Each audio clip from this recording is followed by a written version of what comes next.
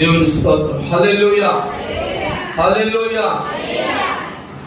ప్రభునందు ప్రియమైన దేవుని బిడ్డలారా, ప్రభు నామానికి వందనాలు తెలియజేస్తున్నాను. మరి అలాగే కూడి వచ్చిన మీ అందరికీ కూడా ప్రభు పేరున వందనాలు. హల్లెలూయా, హల్లెలూయా. మరి ప్రభు వారు మనకి మరొక అవకాశాన్ని ఇచ్చారు. ప్రియులారా, మరి ఈ వారముతో జూన్ నెల వెళ్ళిపోతుంది. రేపు 30వ తారీఖు ఆఖరి ఆదివారం. ఈ రీతిగా ప్రభుని కనపరచడానికి ఇచ్చిన సమయం చాలా విలువైనది. కనుక మరి విలువైన అనుకూలమైన సమయంలో కొద్ది నిమిషాలు కృపావార్త వర్తమానం వింటూ మరి దేవుని నామాన్ని మహిమపరచుదాం. మరి ప్రతి వారం దేవుని సన్నిధికి వచ్చినప్పుడు ఏదో ఒక విషయాన్ని నేర్చుకుని మనం వెళ్ళాలి. మనలో ఉన్న ఏదో ఒక విషయంలో మార్పు చెంది మరి ఆత్మీయ జీవితంతో మనం తిరిగి వెళ్ళడం అనేది మనకి ఎంతో అవసరం. దేవుని స్తోత్రం. మరి తిరుమల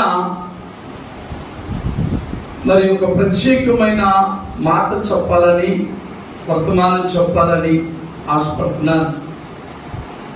మరి కడవల దినాల్లో, అంచె దినాల్లో క్రైస్తవ బిడ్డలందరూ మెలకువ కలిగి ఉండాలి.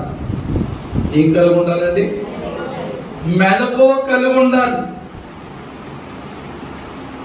కానీ క్రైస్తవ లోకం ఎలా ఉందంటే నిద్రావస్థలో ఉంది. ఏ అవస్థలో ఉందండి?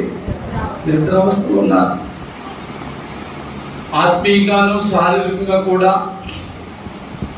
మానవుడు నిద్రావస్థలో ఉంటూ దేవుని ఆశీర్వాదాలకు దూరం అయిపోతున్నారు. దేవుని యొక్క దీవెనలకు దూరం అయిపోతున్నారు. అందుచేత ఈరోజు మనము మరొక నెలలో అడుగు పెట్టబోయే ముందుగా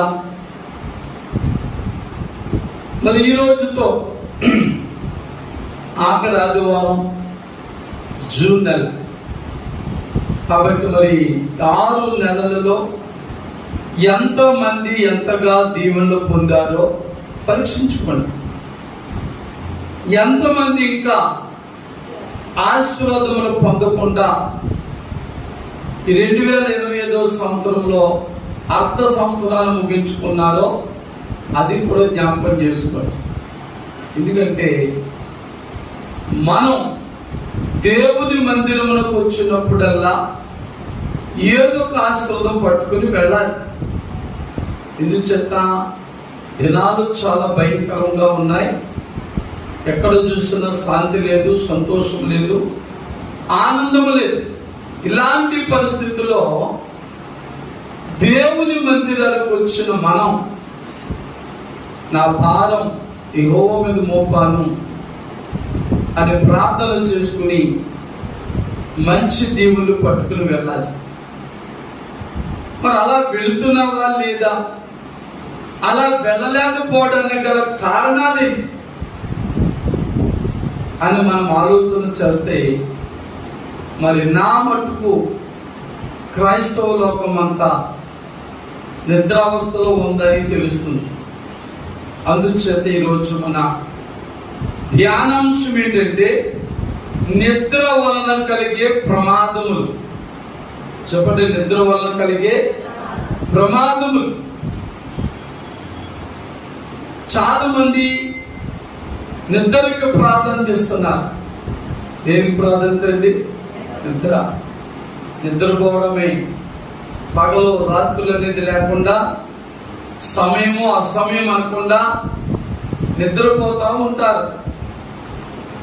ఈ నిద్ర భారము చేత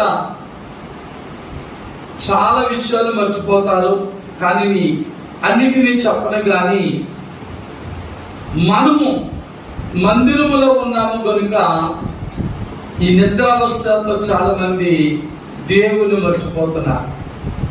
చెప్పండి, ఎవరు మర్చిపోతున్నారు? దేవుని మర్చిపోతున్నారు.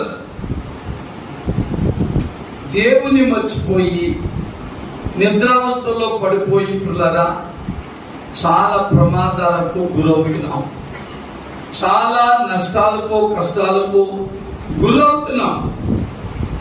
కనుక మరి ఈ దినమున సమయాన్ని బట్టి కొంతమంది బిడ్డలు బైబిల్లో ఉన్నవారు ఎవరెవరు నిద్రావస్థలో ఉండటం ద్వారా మరి వారి ఆశీర్వాదాలు పోగొట్టుకున్నారో అవి మనము ఆలోచన చేద్దాం.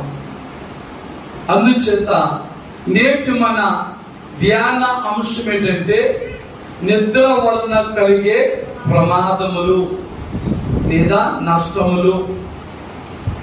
అలాగే మరి నేటి మన ధ్యాన వాక్యం వచ్చి ఎఫెసీయులకు రాసిన పత్రిక 5వ అధ్యాయము 14వ వచనాన్ని ధ్యానం చేసుకుందాం. ఎఫెసీయులకు రాసిన పత్రిక 5వ అధ్యాయం 14వ వచనం. అందుచేత నిద్రించుచున్న నీవు మేల్కొని మృతులలో నుండి లెమ్ము, క్రీస్తు నీ మీద ప్రకాశించునని ఆయన చెప్పుచున్నాడు. దేవుని స్తోత్రం. అపోస్తలుడైన పౌలు గారు ఎఫెసు సంఘానికి ఈ మాట తెలియజేస్తా ఉన్నారు. మరి మహా గొప్ప సేవకుడైనటువంటి మరి చాలా అనుభవమైనటువంటి మరి పౌలు గారు అనుభవంలో పెరిగిన సంఘము ఎలాంటి పరిస్థితిలో ఉంది అంటే నిద్రావస్థ స్థితిలో ఉంది.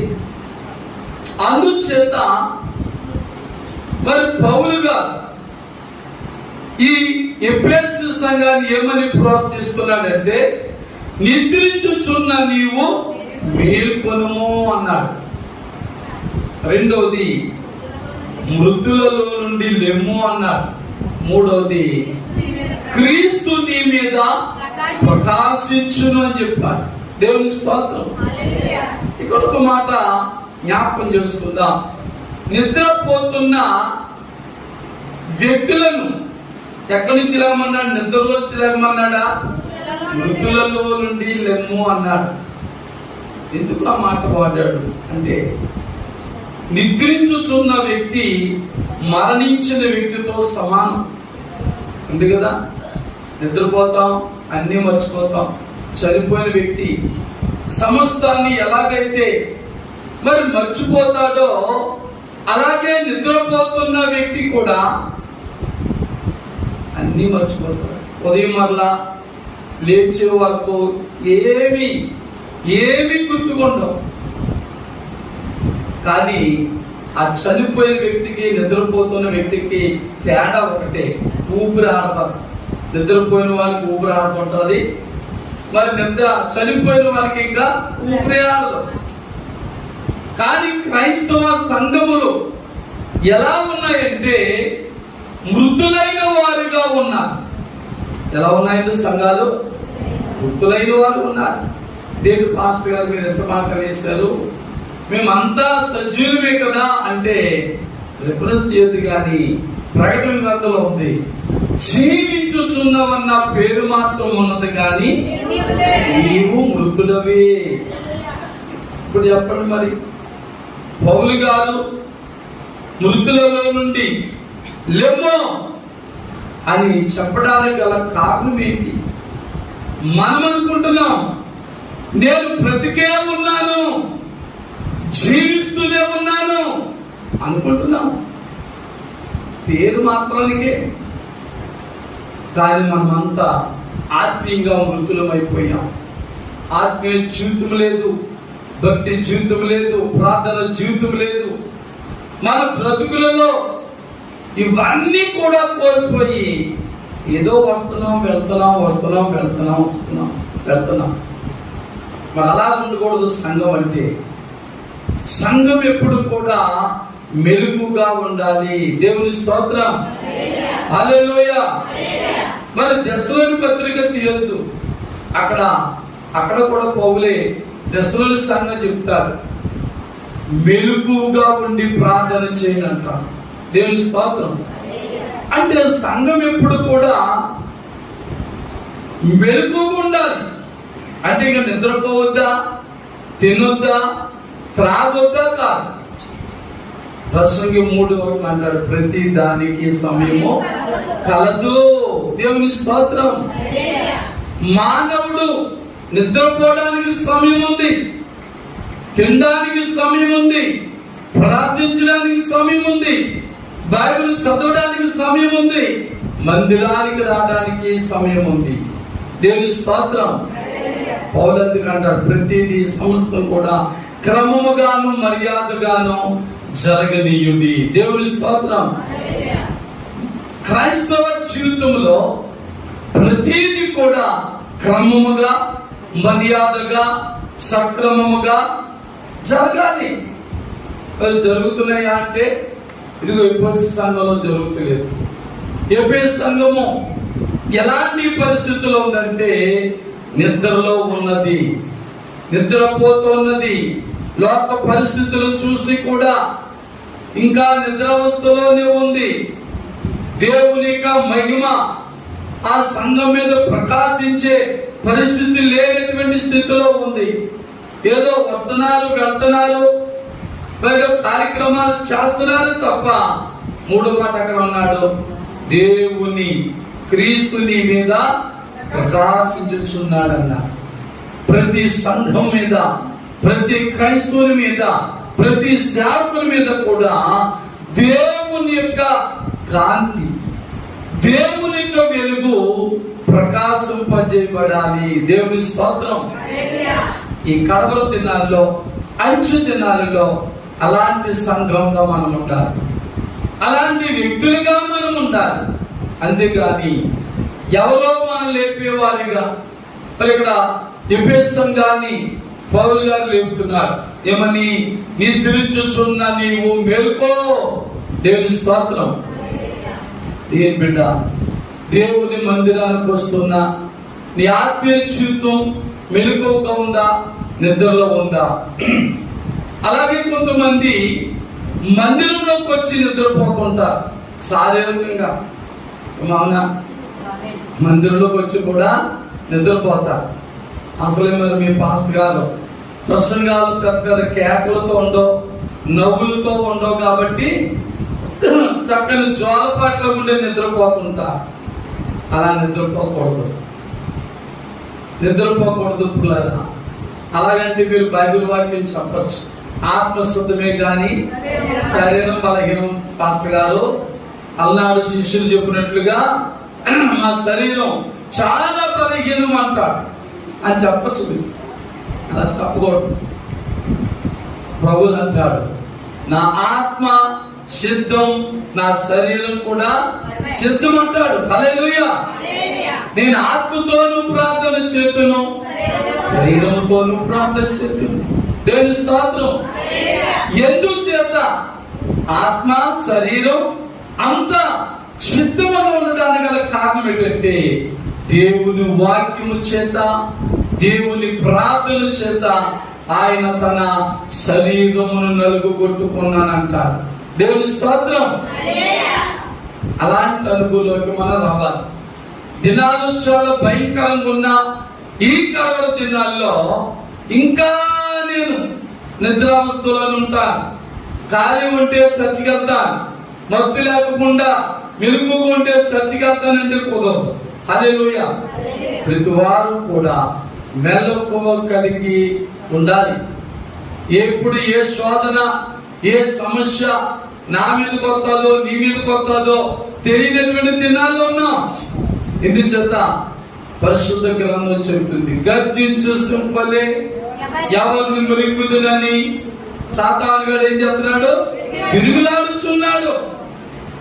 ఆ సాతాను తిరుగులాడు సమయంలో నాలో భక్తి జీవితం, ప్రార్థన జీవితం, మెలకువ జీవితం లేకపోతే పాస్టర్ గారైనా దొరికేస్తున్నారు, విశ్వాస అయినా దొరికేస్తారు, సీనియర్స్ అయినా దొరికేస్తారు, ఎవరైనా సరే, నేనైనా నువ్వైనా ప్రతి వారు కూడా ఆత్మలో మెలకు ఉండాలి, ఆత్మలో సిద్ధపాటు కలిగి ఉండాలి. కనుక మరి 2025 సంవత్సరంలో 6 నెలలు గతించిపోయినా నీలో సిద్ధపాటు లేదా, లేదా ఇంకా నిద్రావస్థలోనే ఉన్నట్లయితే ఈ దినమునైనా ఈ మాటల ద్వారా మనం ప్రోత్సహించబడి బలపరచబడి మరలా ఆదివారంలోకి వచ్చే మరొక నెల, జూలై నెల లేదా మంగళ నుండే ప్రారంభమైపోతుంది. మరి రాబోయే నెల నుంచి అయినా మన ఆత్మీయ జీవితం సరిచూసుకోవాలి. దేవుని స్తోత్రం. కనుక మరి ఈ రోజు మన అంశం చెప్పుకున్నాం, నిద్ర వల్ల కలిగే ప్రమాదములు లేదా నష్టములు అనుకున్నాం. మరి సమయాన్ని బట్టి కొన్ని మాటలు కొంతమంది వ్యక్తులను మీకు జ్ఞాపకం చేస్తాను. మరి అందుచేత పరిశుద్ధ గ్రంథంలో మహామకుడైనటువంటి అబ్రహాము గారిని ఒకసారి జ్ఞాపకం చేస్తాను. ఆదికాండం తీద్దాం. ఆదికాండం 15వ అధ్యాయము 11-12 వచనాలు చదువుదాం. నిద్ర వల్ల కలిగే ప్రమాదాలు నష్టాలు చూద్దాం. అప్పుడు వారు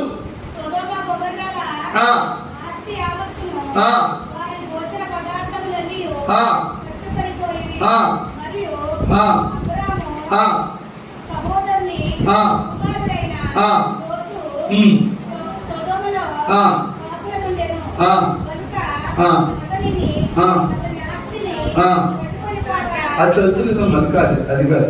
15వ అధ్యాయము 15వ అధ్యాయం 11-12 చదవాలి.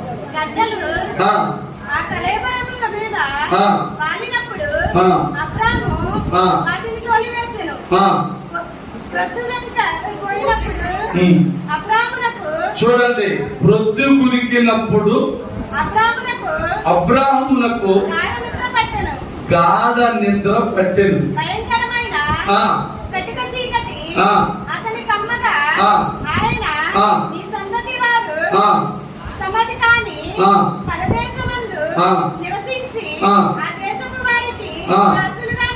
అది చదువుతారు. మరి ఇక్కడ అబ్రహాం అంటే బైబిల్ గ్రంథంలో చాలా గొప్ప వ్యక్తిగా మనం చూస్తాం. చాలా భక్తుడు, దేవుని భయభక్తులు గలవాడు, గొప్ప ప్రార్థన పరుడు. ప్రార్థన పరుడు ఎలా చెప్పగలమంటే, మీరు ఇంటికి వెళ్ళాక ఆదికాండం 12వ అధ్యాయం చదివితే ప్రభు మరి అబ్రహామును తన ఇంటిని విడిచి వెళ్ళమని చెప్పినప్పుడు, దేవుడు చూపించిన స్థలానికి వెళ్ళినప్పుడు ఆయన మొదటిగా ఏం చేశారు చెప్పండి? బలిపీఠం ఒకటి కట్టి ప్రార్థన చేయడం ప్రారంభించారు. దేవుని స్తోత్రం. అంటే అబ్రహాము గొప్ప ప్రార్థన పరుడు. అలాంటి ప్రార్థన పరుడు ప్రొద్దు గుంకిన వేళంటే మరో మాటలో చెప్పండి, సాయంకాలమే ఏం చేశాడట? నిద్రపోయాడు. చూసారా? మరి సాయంకాలం క్రైస్తవ కుటుంబంలో, గృహములో ఏం జరుగుతుంది? కుటుంబ ప్రార్థన జరుగుతుంది. దేవుని స్తోత్రం. హల్లెలూయా. ప్రతి క్రైస్తవుని కుటుంబంలో ప్రతి సాయంకాలం కూడా కుటుంబ ప్రార్థన జరుగుతుంది. మరి ఇప్పుడు అబ్రహాం ప్రొద్దు గుంకిన వేళ కుటుంబ ప్రార్థన చేసాడా, నిద్రపోయాడని ఉంది అక్కడ? నిద్రపోయాడు. దేవుని సన్నిధిలో ప్రార్థించవలసిన వ్యక్తి, దేవుని సన్నిధిలో ప్రార్థనలో గడపవలసినటువంటి వ్యక్తి ఇప్పుడు నిద్రావస్థలో ఉన్నారు. ఫలితం ఏమంది అక్కడ? తన సంతానం అంతా కూడా ఆ పరదేశులకు వెళ్ళిపోయి దాసులుగా ఉంటారని అక్కడ రాయబడి ఉంది. గమనించండి పిల్లరా, ప్రార్థన ఎంత బలమైనదో, ప్రార్థన ఎంత గొప్ప శక్తి గలదో. మరి అలాంటి ప్రార్థన మనం మానివేస్తే శోధనలు రావా మనకి, కష్టాలు రావా మనకి? అబ్రహాము చేసిన ఆ పొరపాటుకి, అబ్రహాము ప్రార్థన చేయవలసినటువంటి ఆ సమయంలో ఆయన నిద్రపోవడం చేత తన సంతానం అంతా కూడా మరి ఎక్కడికి వెళ్ళిపోయింది? ఐగుప్తు దేశంలో 40 సంవత్సరాలు భయంకరమైన శోధనలు, శ్రమలు అనుభవించారు. వాళ్ళకి అక్కడ నిద్ర లేదు. దాసులుగా ఉన్న వారికి నిద్ర ఉంటుందా? యజమానులు ఏం చెప్తే చేయాలి అమ్మా, చెప్పాలి. యజమానులు ఏం చెప్తే చేయాలి. పగలు చెప్పినా, రాత్రులు చెప్పినా, తెల్లవారుజాము చెప్పినా, అర్ధరాత్రి పిలిచి ఏమి చెప్పినా నేను నిద్రపోతానండి, ఇది నిద్ర టైం అంటే కుదరదు. అసలు మానవ మాతృమైన మనము కూడా దేవుని సన్నిధిలో గడపవలసిన సమయాన్ని మనం పోగొట్టుకుని ఎన్నో రాత్రులు నిద్ర లేకుండా ఎన్నో బాధలు పడుతున్నాం, ఎన్నో హింసలు పడుతున్నాం, ఎన్నో శోధనలు అనిపిస్తున్నాం, ఎన్నో కష్టాలు అనిపిస్తున్నాం. అయ్యో నా జీవితానికి నిద్రే కరువు అయిపోయింది అనుకుంటున్నా. ఆలోచించండి. అందుకే మరి పౌలు గారు ఎఫెసు సంఘాన్ని నిద్ర నుండి మేలుకొమ్ము, మేలుకొని అక్కడ ప్రోత్సహిస్తా ఉన్నాడు. ప్రియ దేవుని బిడ్డలారా, మరి మీ జీవితంలో కూడా మరి కృపావార్త వినుచున్న మీ అందరి జీవితంలో వేళ మీరు కూడా అలాంటి పని చేస్తున్నారా? అబ్రాహాము వలె దేవుని సన్నిధిలో ప్రార్థించవలసిన సమయంలో, దేవుని మందిరానికి రావాల్సిన మధ్యాహ్న వేళలో మీరు నిద్రకు ప్రాధాన్యత ఇచ్చి నిద్రపోతా ఉంటే కష్టాలు వస్తున్నాయి, బాధలు వస్తున్నాయి, శోధనలు వస్తున్నాయి. మనం అనుకుంటాం, నేను ఎంత గొప్ప భక్తుని కదా, ఎంత గొప్ప భక్తురాలిని కదా, చర్చ మాను కదా, ప్రార్థన మాను కదా, అవి చేస్తాను ఇవి చేస్తాను, ఎందుకు నాకు ఈ శోధన వచ్చింది, ఎందుకు నాకు ఈ కష్టం వచ్చింది అని అనుకుంటాం. ఏంటి మన జీవితంలో ఒక్క పూటే కదా, ఒక్కరోజే కదా, ఈ ఒక్కరోజే కదా నేను ప్రార్థన చేయకుండా నిద్రపోయాను, ఈ ఒక్కరోజే కదా నేను చర్చికి వెళ్లకుండా మానేశాను, కాబట్టి ఎందుకు నాకు ఈ శోధన రావాలి అనుకుంటాను. ప్రియుల అబ్రహాము జీవితంలో కూడా ఎప్పుడు ప్రార్థన మానలేదు. ప్రతి విషయంలో ప్రార్థన చేసే ప్రారంభించేవారు.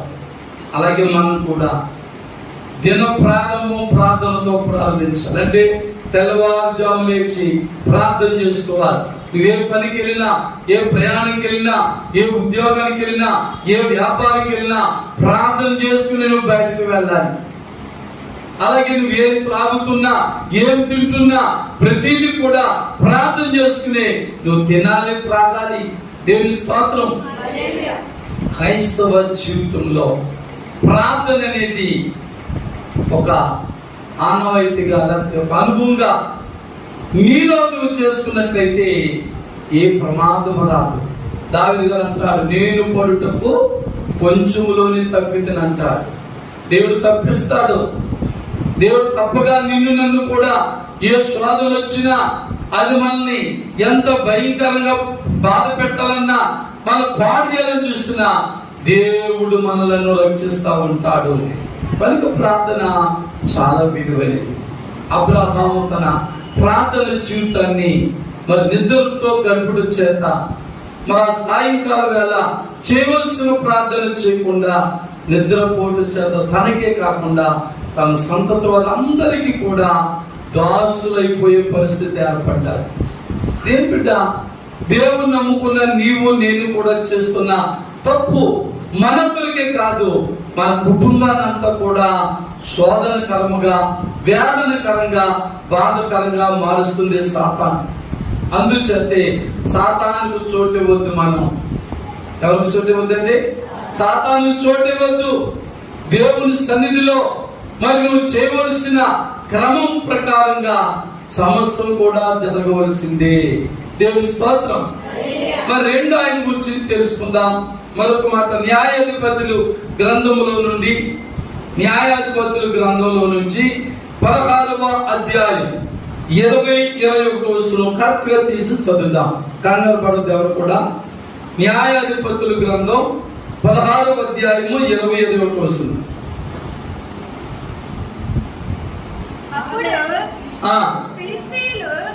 అతని పట్టుకొని అతని కన్నులను పొడదీసి గాజాకు అతన్ని తీసుకొని వచ్చి ఇద్దరి సంఖ్యల చేత అతన్ని బంధించి.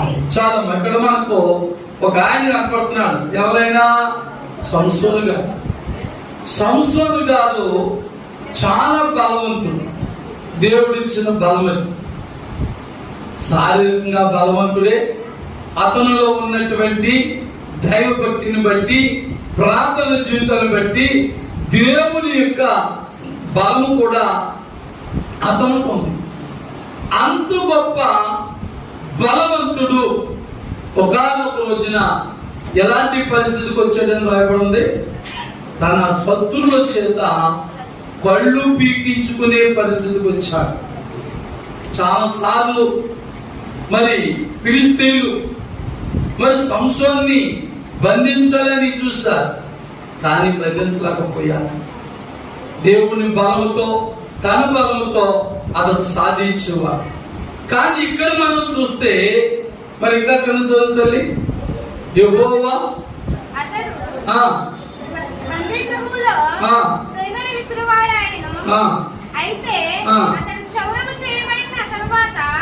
యెహోవా అతన్ని విడిచిన అనే మాట చూడు అందులో. మరి అక్కడ ఒక మంచి మాట ఏంటంటే, మరి ఇక్కడ సంసోను నిద్రపోతున్న సమయంలో అయితే యెహోవా అది తన్ను ఎడబాసనని అతనికి తెలియలేదన్న. రోజులాగే నా బలం ఉంది, నా శక్తి ఉంది, దేవుని బలం నాకు తోడు ఉంది అనుకున్నాడు. కానీ ఈ రోజు నిద్రపోతున్న వ్యక్తిగా ఉన్నాడు ఇక్కడ సంసోను. నిద్రపోతున్న వ్యక్తిని మరి దెలీలా లేపుతుంది. ఫిలిష్తీయులు వచ్చారు, లేవంటే అనుకున్నాడు.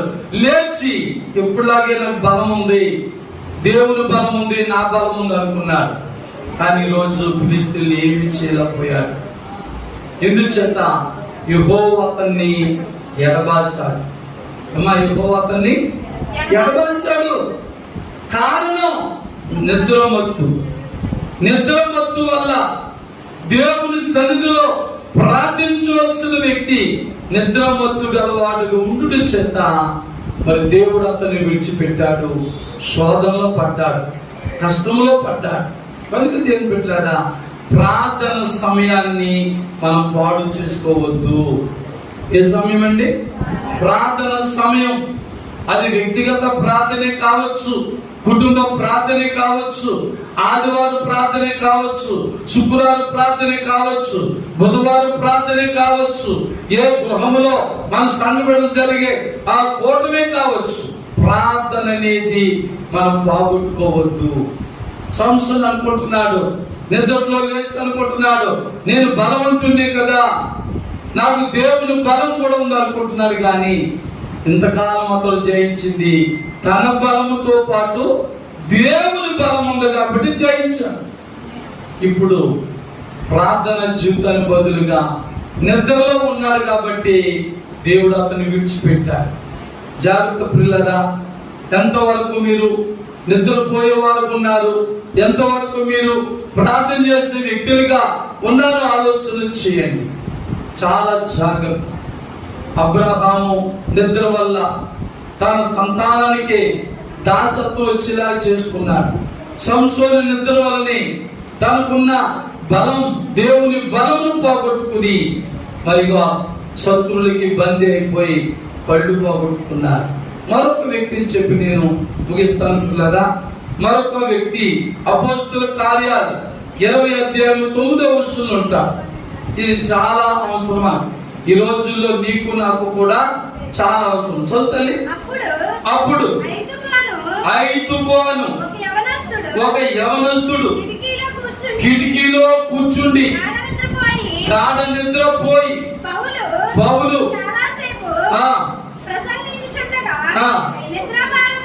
నిద్రాభారము వలన 3వ అంతస్తు నుండి కింద పడి చనిపోయాడు. చదువుతుంది. దేవుని మందిరములకు వచ్చినప్పుడు జాగ్రత్త. ఐతుకు అనేటువంటి యవనస్తుడు మందిరానికి నువ్వైనా నేనైనా వస్తే ఎక్కడ కూర్చోలా? కిటికీలో కూర్చోలా? మరి నేల పైన కూర్చోలా? నేల పైన కూర్చోదు చక్కగా. మరి ఐతుకు అనే యవనస్తుడు ఎక్కడ కూర్చున్నాడు? కిటికీలో కూర్చున్నాడు. నిజమే, మన సంఘంలో అలా లేరు. కానీ చాలా చోట్లకి మేము కూడా ప్రసంగాలకు వెళ్తున్నప్పుడు ఎక్కడెక్కడో కూర్చుంటుంటారండి. దేవుని సన్నిధిలో కూర్చోకుండా బయట ఎక్కడో బయటో బయట చెట్టు కొమ్మ ఉంటే చెట్టు కొమ్మ చర్చిలో రాకూడదు అన్నట్టుగా, లేకపోతే మరి ఇప్పుడు చెప్పినట్టుగానే కొంతమంది ఆ మందిరంలో కూడా అక్కడక్కడ కూర్చుంటుంటారు. దేవుని బిడ్డలారా, దేవుని సన్నిధిలో ప్రసంగి 5:1 ఏమంటున్నాడు చెప్పండి? నీవు దేవుని మందిరమునకు పోయినప్పుడు నీ ప్రవర్తన జాగ్రత్తగా చూసుకోవాలి, జాగ్రత్తగా కూర్చోవాలి. ఒకవేళ మరి మన ఆరోగ్య పరిస్థితిని బట్టి కుర్చీలో కూర్చుంటాం మంచిదే, తప్పులేదు. కానీ మనం దేవుని మందిరంకి వచ్చిన తర్వాత ఎలా కూర్చుంటున్నాం? కూర్చున్న తర్వాత ఏంటి? ఏం చేశాడైనా? నిద్ర. దేవుని సన్నిధిలో నిద్రపోవచ్చా? చెప్పండి అమ్మా, దేవుని సన్నిధిలో నిద్రపోవచ్చా? నిద్రపోకూడదు. అలాంటి ఆయన దేవుని సన్నిధిలో నిద్రపోతున్నాడు. నిజమే, చాలా సంఘాల్లో, మరి మన సంఘంలో ఎంతమంది అలా నిద్రపోతున్నారో నాకు తెలియదు, కానీ చాలా మందికి దేవుని సన్నిధిలో నిద్రపోయే అలవాట్లు ఉంటాయి. అలా నిద్రపోకూడదు. ఇప్పుడు దేవుని సన్నిధిలో నిద్రపోయిన 5 జీవితంలో ప్రాణాపాయం తెచ్చుకున్నాడు. దేవుని బిడ్డలారా, అలాంటి పరిస్థితి రానియద్దు. అందుకే నేను మన ధ్యానాంశం పేరు ఏం చెప్పాను? నిద్ర వల్ల కలిగే ప్రమాదాలు లేక నష్టాలు. చూడండి, మరి ఇక్కడ 5 పని ఆయన మరి దేవుని సన్నిధిలో నిద్రపోవడం ద్వారా ప్రాణాన్ని తెచ్చుకున్నాడు. సంవత్సరం చూసాం, నిద్రావస్థ వలన ప్రార్థన చేయకుండా ఉండు చేత ఆయన జీవితంలో కళ్ళు పోగొట్టుకున్నాడు. అలాగే అబ్రహాము టైంలో పడుకుని తన సంతతి వారికి బానిసత్వం తీసుకొచ్చాడు. దేవుని బిడ్డలారా, నిద్ర అవసరమే, కానీ నిద్రపోయే టైం ఒకటి ఉంది. ఆ టైంలో నిద్రపోవాలి. సాయంకాలం వేళ, తెల్లవారుజాము వేళ, ఆదివారం, శుక్రవారం, బుధవారం, ఈ సమయములన్నీ దేవునికి మనం కేటాయించుకున్న సమయాలు. దేవుని స్తోత్రం. ఆ సమయాన్ని నువ్వు దొంగిలించి మరి లేదండి నాకు నిద్ర వస్తుందండి, రేపు చేసుకుంటాను ప్రార్థన, నాకు నిద్ర వస్తుందని రేపు చదువుకుంటాను బైబిల్, నాకు నిద్ర వస్తుందని రేపు ఆదివారం వస్తాను అంటే కుదరదు.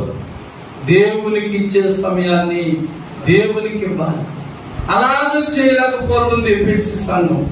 అందుకే ఇక్కడ మరి ఎఫెసీ పత్రికలో మరి 5వ అధ్యాయం 14వ వచనంలో పౌలు గారు సంఘాన్ని చెప్తున్నారు ఏమని? నిద్రించుచున్న నీవు మేల్కొనుము. 3వ మాట అంటాడు, క్రీస్తు నీ మీద ప్రకాశించు. దేవుని స్తోత్రం. ఒకవేళ ఈ 2025వ సంవత్సరంలో మరి 6 నెలలు సరైన భక్తి చేయక, సరైన ప్రార్థన జీవితము లేక నీవు కూడా ఇలాంటి నిద్రావస్థలో ఉన్నట్టుగా ఉంటే నీవు ఆశీర్వాదం పొంది ఉండకపోయి ఉంటావు. కాబట్టి ఇప్పుడైనా మనం మేల్కోవాలి. ప్రభువే మేలుకొల్పుతున్నాడు. ఎవరైనా మేలుకొల్పేది? ప్రభు మేలుకొల్పుతున్నాడు. దైవజనుల ద్వారా, పరిశుద్ధ లేఖనాలు మీతో మాట్లాడు ద్వారా ప్రభు మీతో మాట్లాడుచున్న మాటలు గమనించి మీరు కూడా మీ శారీరకమైన మేలుకొలుపు, ఆత్మీయమైన మేలుకొలుపు కూడా చాలా అవసరం. దేవుని స్తోత్రం. కనుక మరి మీరు కూడా నిద్రావస్థలోంచి మేలుకొలుపు పొంది ఉంటే ప్రభు యొక్క సన్నిధి కాంతి మీ మీద ప్రకాశిస్తుంది. దేవుని స్తోత్రం. దేవుని యొక్క సన్నిధి కాంతి నీ మీద, నా మీద ప్రకాశించినప్పుడు మన దరిదాపులకు సాతాను గాని, శోధనలు గాని, కష్టాలు గాని, నష్టాలు గాని రావడానికి ఏమాత్రం వీలు లేదు. దేవుని స్తోత్రం. మరి ఈ మాటల ద్వారా మనం ప్రోత్సహించబడి ఈ 6 నెలలు మన భక్తి జీవితం ఎలా ఉందో, ప్రార్థన సమయాన్ని మనం దొంగిలించి ఎలా నిద్రపోయి ఒకసారి మోకరించి తల వచ్చి మనం ప్రశ్నించుకుని మనం సరి చేసుకుని మరి రాబోయే 2025వ సంవత్సరం జూలై నెలలో ఆత్మీయ జీవితంతో మనం అడుగు పెట్టినట్లుగా ప్రార్థన చేసుకుందాం. ప్రేమమయుడా యేసయ్య, మీకే వందనాలు, స్తోత్రములు చెల్లిస్తున్నాం. ఆశ్చర్య కార్యములు, అద్భుత కార్యములు, బలమైన కార్యములు ఇచ్చేవాడా, ఇదిగో తండ్రి, నిద్ర వల్ల కలిగే నష్టాల గురించి, మేము ధ్యానం చేసుకున్నాం. అబ్రహాము, సంసోను, ఐదు అనేటువంటి ముగ్గురు కూడా క్రైస్తవ బిడ్డలుగా ఉన్నవారే. నాయన వారు దేవుని సన్నిధిలో సరైన రీతిలో ప్రార్థన చేయలేకపోవడం చేత, ప్రార్థన సమయాన్ని వారు పోగొట్టుకుని దొంగిలించడం చేత ఎన్నో కష్టాలు పొందినట్లుగా చూస్తాం. ఈ కడవర దినాల్లో, అంచె దినాల్లో మా సంఘం ఈ మాటల ద్వారా ప్రోత్సహించబడి బలపరచబడి నాయన ప్రార్థన సమయాన్ని మేము దొంగిలించకుండా ఈ సన్నిధిలో బలమైన ప్రార్థన పనులుగా చేసి మా కష్టాలు, మా బాధలు ప్రార్థన ద్వారా మేము విడుదల పొందినట్టు సహాయం చేసి బలపరచమని యేసు క్రీస్తు పరిశుద్ధ నామంలో ప్రార్థించి వేడుకొనుచున్నాం తండ్రి. ఆమేన్. దేవుని స్తోత్రం. హల్లెలూయా. మరింతవరకు కృపావార్త వర్తమానం చక్కగా విన్న మీ అందరికీ ప్రభు పేరున వందనాలండి. God bless you. God bless all. Amen.